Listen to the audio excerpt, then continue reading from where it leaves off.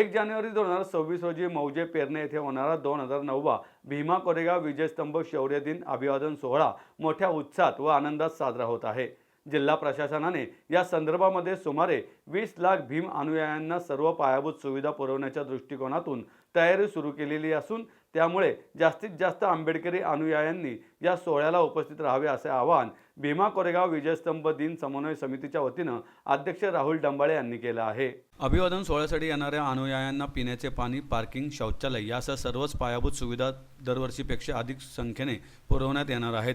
या संदर्भामध्ये माननीय जिल्हाधिकारी पुणे यांच्या अध्यक्षतेखाली समिती समवेत समाज बांधवांच्या व समन्वय समितीच्या 6 पेक्षा अधिक बैठका पार पडलेल्या आहेत। या बैठकांमध्ये नागरिकांकडून प्राप्त सूचनांच्या आधारे अंतिम नियोजन करण्यात येत असून यावर्षीचे नियोजन अधिक दर्जेदार व सुविधायुक्त करणार आहे।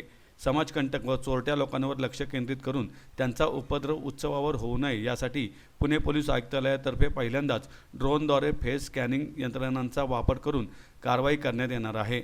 अनुयायांची संख्या लक्षात घेता यापूर्वीच्या घडलेल्या अप्रिय घटनेच्या बाबींची माहिती लक्षात ठेवून तब्बल 13,000 पेक्षा अधिक पोलिसांचा बंदोबस्त पुणे शहर व पुणे ग्रामीण या दोन्हींमार्फत या ठिकाणी पुरवण्यात येणार आहे। नागरिकांना सुरक्षितता व गोंधळाची परिस्थिती निर्माण न होऊ देणे या बाबीला प्राधान्यक्रम देत सुरक्षा व्यवस्थेसंदर्भात पोलिसांनी सर्वतोपरी खबरदारीच्या उपाययोजना केल्या आहेत। भारतरत्न डॉक्टर बाबासाहेब आंबेडकर यांनी भीमा कोरेगाव विजयस्तंभाला भेट देण्याच्या घटनेला पुढील वर्षी 100 वर्ष पूर्ण होत असल्याने यंदाचे वर्ष हे बाबासाहेबांच्या मानवंदनेची शताब्दी वर्ष म्हणून साजरे केले जाणार असून याची सुरुवात 1 जानेवारी रोजी होत आहे।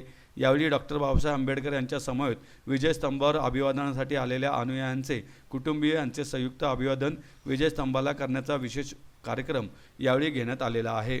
2026 रोजी मौजे पेरणे येथे होणारा भीमा कोरेगाव विजयस्तंभ शौर्य दिन अभिवादन सोहळा यावर्षी मोठ्या उत्साहात साजरा होणार आहे। यावर्षी तब्बल 20 लाख भीम अनुयायांसाठीचे नियोजन जिल्हा प्रशासनाच्या वतीनं आम्ही करत आहोत। यावर्षी सभा, संमेलनं, सांस्कृतिक कार्यक्रम या समवेत विविध कार्यक्रमांची आखणी यावेळी संयोजन समितीच्या वतीनं करण्यात आलेली आहे। यावेळेला देशभरातील विविध पक्ष संघटनांमध्ये कार्यरत असणारे आंबेडकरी नेते हे अभिवादनासाठी येणार आहेत। या वर्षीच्या नियोजनामध्ये तब्बल 20% वाढ करण्यात आलेली आहे। सुरक्षिततेच्या दृष्टिकोनातून सर्व उपाययोजना पोलीस प्रशासनाने केलेल्या आहेत। फेस रिकग्नायझेशन सारखा आर्टिफिशियल इंटेलिजन्सचा वापर या उत्सवामध्ये करण्यात येणार आहे समाजकंटकांवर कारवाई करण्यासंदर्भामध्ये। त्यामुळे या उत्सवामध्ये जास्तीत जास्त अनुयायांनी सहभागी व्हावं असं आवाहन भीमा कोरेगाव विजयस्तंभ शौर्य दिन समन्वय समितीच्या वतीने करण्यात येत आहे।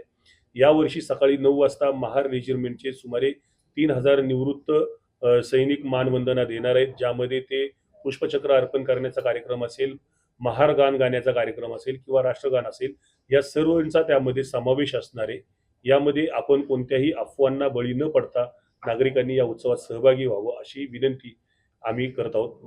सध्या पुणे जिल्हा व परिसरामध्ये बिबट्यांचा धुमाकूळ घातला गेलेला आहे। परिसरामध्ये बिबट्या आढळून आलेले आहेत। ही वस्तुस्थिती जरी असली तर कालच या संदर्भामध्ये पुणे पोलीस आयुक्त तसेच वन विभागांच्या अधिकाऱ्यांशी आमची संयुक्त बैठक पार पडलेली आहे। कोणत्याही प्रकारची दुर्घटना होऊ नये किंवा बिबट्यांचा वावर 1 जानेवारी 31 डिसेंबर रोजी त्या ठिकाणी असू नये यासाठी वन विभागाने विशेष मोहीम हाती घेतलेली आहे।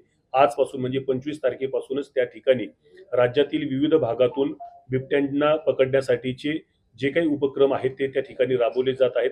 जवळपास 6 वेगवेगळ्या टीम त्यांनी केलेल्या आहेत आणि या वेळेला बिबट्याचं सुद्धा कोणतेही सावट या उत्सवावर राहणार नाही याची आम्ही सर्वतोपरी खबरदारी घेतलेली आहे।